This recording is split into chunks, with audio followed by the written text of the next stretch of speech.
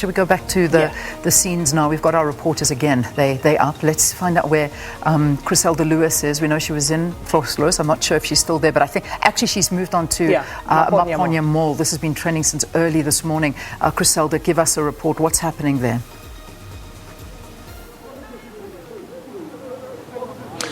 Well, Leanne, a very good morning to you. We've moved from the east. We're now in the south at the Maponya Mall here in Johannesburg, where we were expecting at about 10 o'clock this morning the Deputy State Security Minister Zizi Kodwa to be in this area to assess exactly what is going on. SABC News understands that there are a number of ministers that will be deployed to several areas that have been affected over the past few days of violence and looting, which continues in some parts of Johannesburg. In the early hours of this morning, when we crossed to you earlier, there had been the Chriselda Mall in Vosloorus that had been set on fire.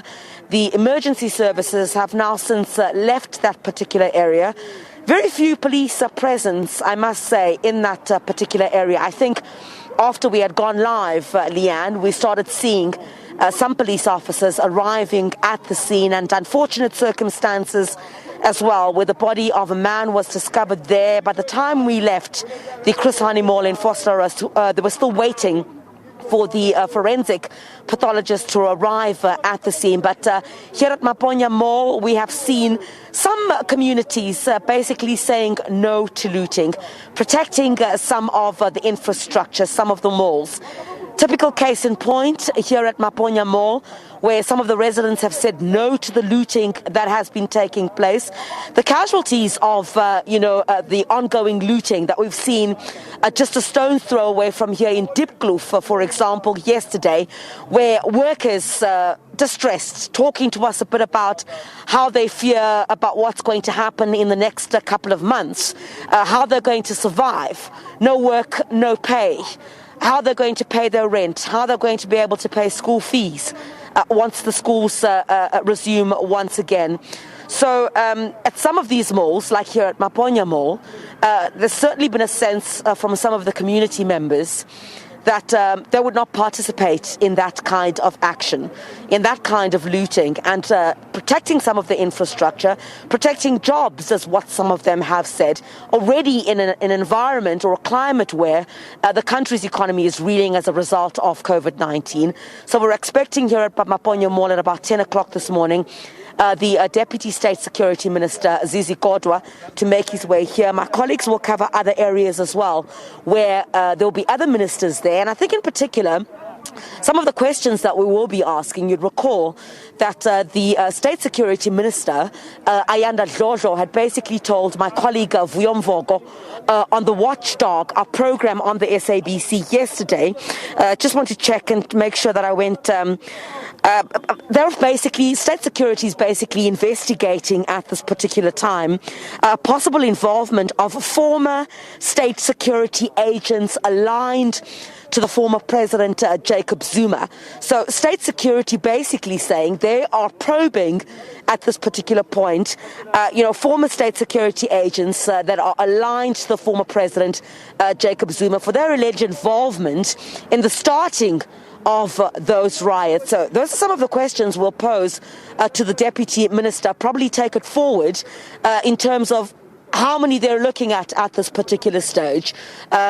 Any talk of some arrests possibly for these allegations relating to starting these riots. Perhaps would be able to get a bit more from the Deputy Minister, Zizi Kodwa, on that. Just going to check here as well. Also indicating, saying that she's not going to throw the police minister, Begicele, who my colleagues will be live with in Mamelodi at about 10 o'clock this morning. He's expected to assess the damage in Pretoria this morning, where the minister had basically told my colleague Vuyomvogo on the Watchdog, our program, that she basically doesn't want to throw Minister Cele under the bus, and she's not saying they're not working working hard, but the State Security Agency cannot dictate to police what to do with the intelligence they give them, which means implying that there was intelligence that was given to the South African Police Service about what was believed going to happen in South Africa, and whether the police minister had sat on that information and why. So those are some of the questions we'll try to get answers to from the state security. The deputy minister is going to be here, Zizi Kodwa, as well as my colleagues on the other end in Pretoria with the police minister, Bheki Cele, because he would certainly need to have a say on that, while the Minister of State Security says that she doesn't want to seem like she's throwing him under the bus. Did the police sit on the information that they were given that could have avoided what took place, the scenes that we've been seeing in the country over the past couple of days? So we'll wait here a minute. I must say that driving around from the east, it does certainly seem that the looting and the violence has toned down. Driving just past the Chris Hani Baragwanath Hospital as well, just a few moments before we arrived here, stone's throw from where I am, a high police presence as well as soldiers that are deployed at the Chris Hani Baragwanath Hospital, and of course trying to protect what is taking place there. My colleague Hasina Gori also just sending us some information that has also come through from the Johannesburg Metro Police Department, indicating that a total of 31 people had been arrested overnight for contravention of the curfew regulations last night in Johannesburg, Cleveland, Hillbrow and other areas. Those individuals will be appearing in the Randburg court this morning. Oh, thank you so much, Chriselda. Chriselda Lewis working hard as she has been, as she always does.